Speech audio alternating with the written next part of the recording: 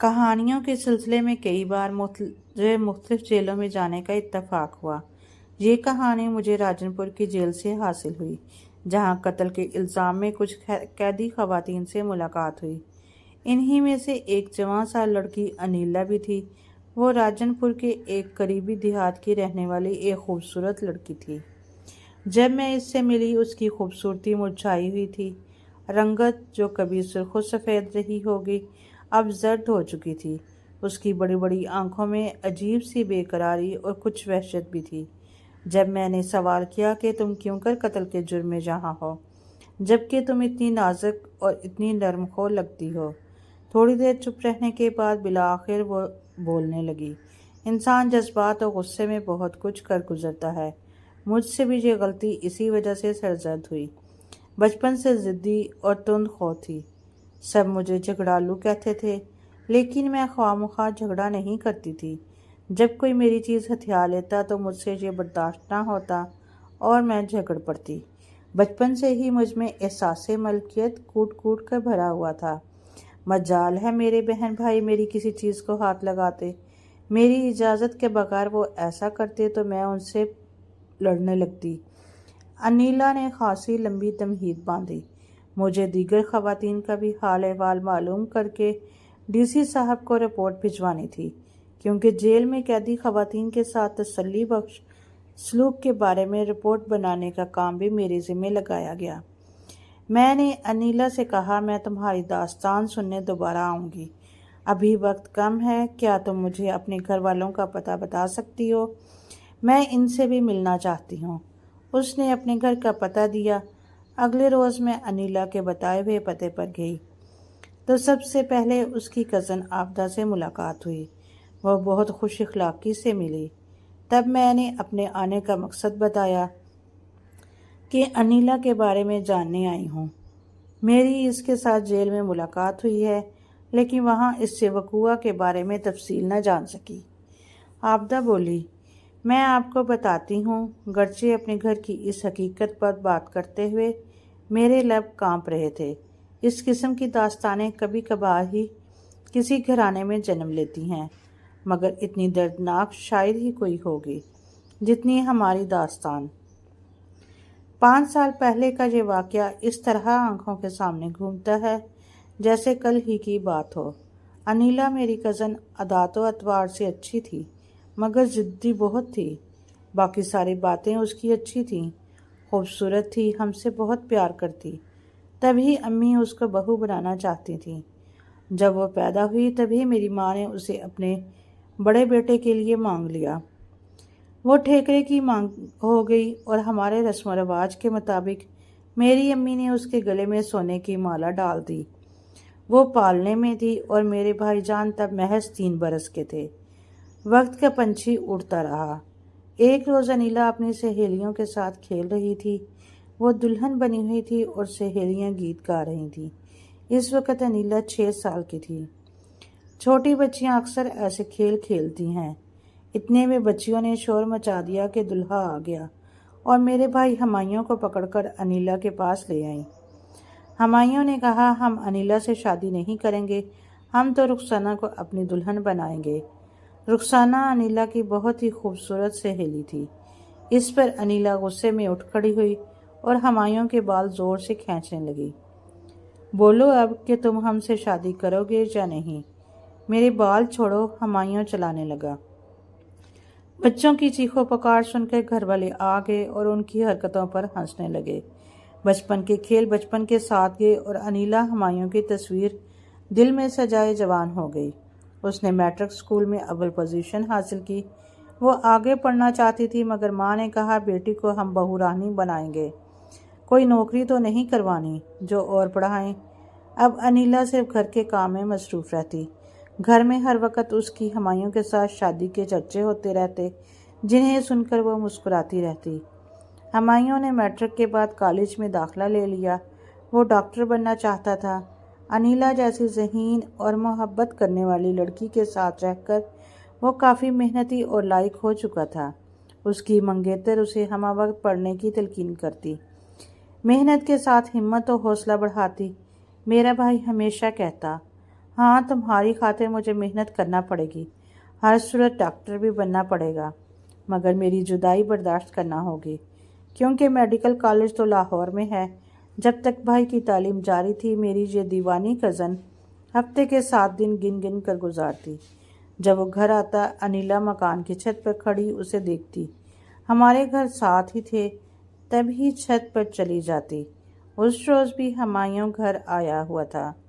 जब अनिला हमारे घर आई, वो बज़ाहिर अम्मी को खाने पर मदऊ करने आई थी, लेकिन दरअसल वो किसी का दीदार करने आती थी। वो मेरे कमरे में आ गई। मैं पढ़ रही थी। वो बोली, क्या पढ़ रही हो? इम्तहान की तैयारी कर रही हूँ, मैंने जवाब दिया।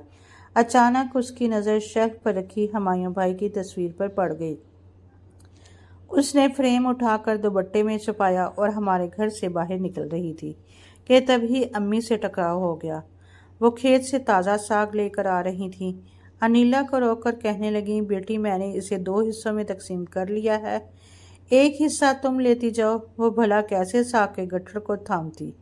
उसने तो दोनों हाथों से दुपट्टे के नीचे छुपाई तस्वीर थामी हुई थी। साग पकड़ती तो तस्वीर गिर जाती। वो बोली, खाला, मैं घर जा रही हूँ, थोड़ी देर बाद वापस आकर ले जाऊंगी। तब अम्मी ने उसे पकड़कर कहा, तुम्हारे हाथ खाली हैं, अभी ले जाओ। ये कहकर उन्होंने उसके हाथ को खींचा तो सीने से लगी तस्वीर नीचे गिर गई और फ्रेम का शीशा टूट गया। अम्मी यकदम घबरा कर पीछे हटी और अनिला शर्म से मुंह छुपाए वहां से भाग आई।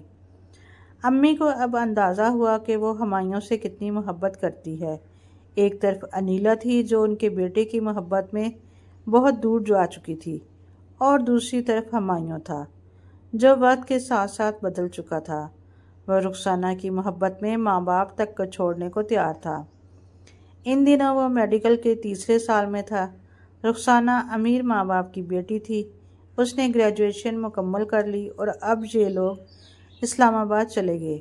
हुमायूं उसकी खातिर अब छुट्टियों के दिनों में इस्लामाबाद जाने लगा। वो इससे मिलता रहता। तालीम मुकम्मल करने के बाद रुखसाना ने जॉब कर ली। हुमायूं डॉक्टर बन गया और एक हस्पताल में काम करने लगा। एक दिन घर आया तो माँ ने कहा कि बेटे, तुम्हारी मंगेतर की उम्र निकली जा रही है, अगर मुनासिब समझो तो तुम दोनों को बचपन के रिश्ते के मुताबिक पक्के बंधन में बांध दे। हुमायूं ने जवाब दिया, अम्मी, मैं अभी शादी नहीं करना चाहता। आप अनिला के वालिदैन से कह दें मेरा इंतज़ार न करें। बेटे की बात सुनकर माँ ने खफकी से कहा, तुम्हें मेरी बात मानना होगी। तुमने अगर अनिला को ठुकराया तो मैं तुमको कभी माफ़ ना करूँगी। उसने माँ की बात सुनी अनसुनी कर दी और घर से चला गया। जब काफ़ी दिनों तक घर न आया तो अम्मी को फिक्र हुई। उन्होंने मुझसे कहा, बेटी, तुम्हारा भाई नाराज़ होकर चला गया, चलो उससे मिलने चलते हैं। अभी हम ये बात कर रहे थे कि अनिला आ गई। उसने भी ये बात सुन ली। पूछा, आप लोग क्यों जा रहे हैं? अम्मी ने बताया, हुमायूं मुझसे खुश खफा है, इसलिए उसको देखने जा रहे हैं। वो बोली, खाला, मैं भी आपके साथ चलूँगी। अम्मी ने बहुत रोका मगर वो ज़िद्दी हो गई। आखिरकार हम तीनों मेरे छोटे भाई सलमान के हमरा इस्लामाबाद रवाना हो गए। जब हम इस अस्पताल पहुँचे जहाँ भाई काम कर रहे थे, वो हमको ना मिले। अलबत्ता जिस डॉक्टर की ड्यूटी थी, जब उसे बताया कि वालिदा और बहन मिलने आई हैं तो उसने भाई की रिहाइश का पता दे दिया। हम वहाँ पहुँचे। कोठी के गेट पर ताला लगा हुआ था और चौकीदार बाहर मौजूद था। उसने बताया कि थोड़ी देर इंतज़ार कर लें, वो आते ही होंगे। ये कहकर चौकीदार चला गया। उस वक़्त मगरिब हो रही थी। हमें इंतज़ार करते हुए आधा घंटा गुजर चुका था और भाई अभी तक न आए। अम्मी भी अब परेशान और गुमसुम बैठी थीं। मुझे भाई पर गुस्सा आ रहा था, जिसको दिक्कतों से पढ़ा लिखा कर माँ ने डॉक्टर बनाया और अब इस तरह उसके दरवाजे के साथ फ़कीरों की तरह बैठी थी। जब काफ़ी देर गुजर गई और रात होने लगी तो सलमान बोला, अम्मी, वापस घर चलते हैं या फिर किसी होटल में चलकर रहना होगा। हमने भाई को इत्तला ना दी और घर से चल पड़े। जाने वो किस काम से निकले हों कि अभी तक नहीं पहुँचे। ड्यूटी डॉक्टर ने तो कहा था कि ड्यूटी ख़त्म होते ही घर चले गए हैं। अम्मी बोली, जब तक हुमायूं नहीं आ जाता मैं यहीं बैठी हूँ, आखिर किसी वक्त तो आएगा ना।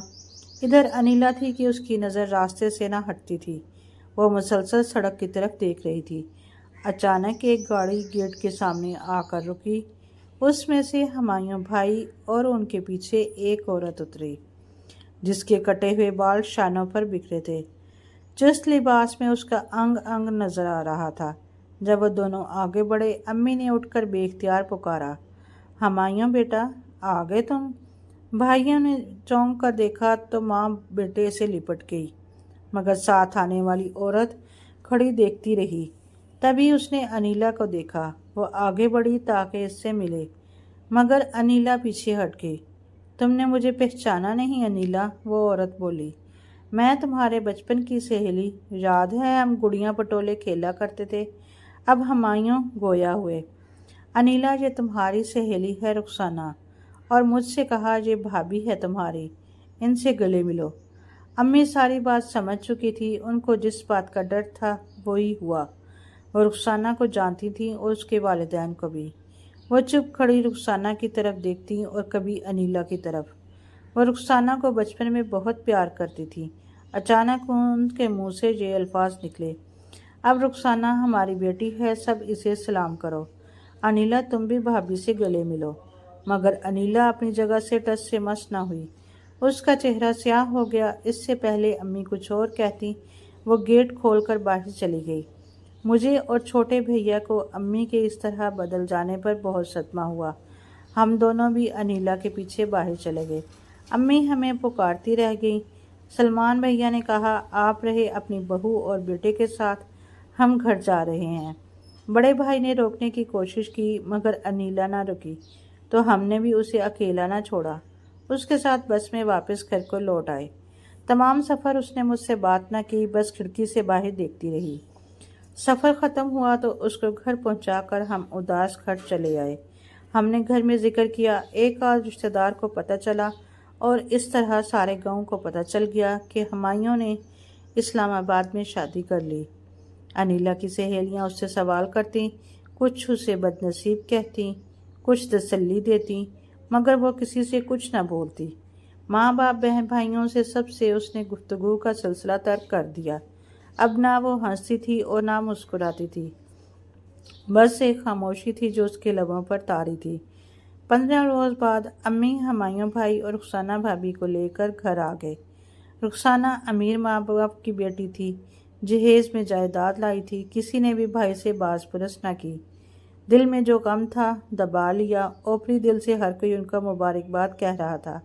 امی سب کے ساتھ ہنس کر باتیں کر رہی تھیں، جیسے انیلا کو بھلا چکی ہوں، حالانکہ وہ ان کی بہن کی نہیں، دیور کی بھی بیٹی تھی۔ شاید امی رخسانہ کی دولت اور اونچی سوسائٹی سے مروب ہو چکی تھی، یا پھر ہمایوں کی محبت نے ان کو مجبور بنا دیا۔ دن بھر آنے جانے والوں کا تانتا بندھا رہا، رات کو دیر تک جاگنے سے سبھی تھک گئے۔ امی نے رخسانہ بھابھی اور بھائی ہمایوں کا بستر اوپر والے کمرے میں لگا دیا۔ وہ سونے چلے گئے، دونوں جلد گہری نیند میں ڈوب گئے۔ دوسری طرف دیوار سے ادھر انیلا کے کان ہمارے گھر کی مبارکبادیاں سن رہے تھے۔ وہ سخت مضطرب تھی، طرح طرح کے خیالات اس کے دماغ کو سلگھا رہے تھے۔ وہ ان کو جھٹک دینا چاہتی تھی، مگر توہین کا احساس چین نہ لینے دے رہا تھا۔ بچپن کا منگیتر، اس کا محبوب، جس کے خیال میں اس نے اب تک کی زندگی کا ایک ایک پل گزارا، اس کی سہیلی کے پہلو میں چین کی نیند سو رہا تھا۔ یک نہ جانے اسے کیا ہوا، وہ دوڑتی ہوئی اوپر گئی، اپنی طرف کے زینے سے چھت پر پہنچی۔ اس کے ذہن میں دھماکہ ہوا جب وہ چلتی ہوئی اس کمرے کی طرف آئی جس میں بھائی اور بھابھی سو رہے تھے۔ کھڑکی سے خوشبو کی لپیٹیں آ رہی تھیں۔ اس نے جھانک کر دیکھا، مدھم روشنی میں بستر پر دونوں محو خواب تھے۔ اس کے غمزدہ دل سے آواز آئی کہ آج موقع ہے اپنے دکھ اور بے وفائیوں کا بدلہ لینے کا، ورنہ یہ پنچھی دوبارہ ہاتھ نہ آئے۔ تب اس نے اپنی جان کی پرواہ نہ کرتے ہوئے دیوار کے ساتھ رکھا ہوا ٹوکا اٹھایا۔ انتقام کی آگ اس کے دل میں بھڑک گئی۔ وہ ٹوکا لیے ان کے کمرے میں داخل ہوئی جہاں زیرو کا بلب جل رہا تھا۔ ایک نظر سوئے ہوئے نوبیاہتا جوڑے کو دیکھا اور اگلے لمحے بغیر کچھ سوچے سمجھے وار کر دیا۔ پہلا وار رخسانہ بھابھی پر پڑا اور ایک چیخ بلند ہوئی۔ بھائی کی آنکھ کھل گئی، گھر کے لوگ بھی جاگ پڑے، تو وہ ٹوکا وہیں پھینک کر بھاگی۔ رخسانہ خون میں نہا گئی، ہسپتال جاتے جاتے ٹھنڈی ہو گئی۔ انیلا کو آہنی سلاخوں کے پیچھے پہنچا دیا گیا۔ باوجود تمام تر غم و غصے کے ہمایوں بھائی نے اسے بچانے کی پوری کوشش کی، مگر اس نے خود ہی اقرار جرم کر لیا۔ اسے سزا ہو گئی۔ آج نہ امی سکون سے ہیں اور نہ انیلا اور اس کے گھر والے۔ رخسانہ بھابھی کے گھر والوں پر جو بیتی وہ تو ایک الگ ہی داستان۔ میں یہی سوچتی ہوں اگر امی پالنے میں پڑی انیلا کا رشتہ نہ مانگتی تو یہ المناک داستان بھی جنم نہ لیتی۔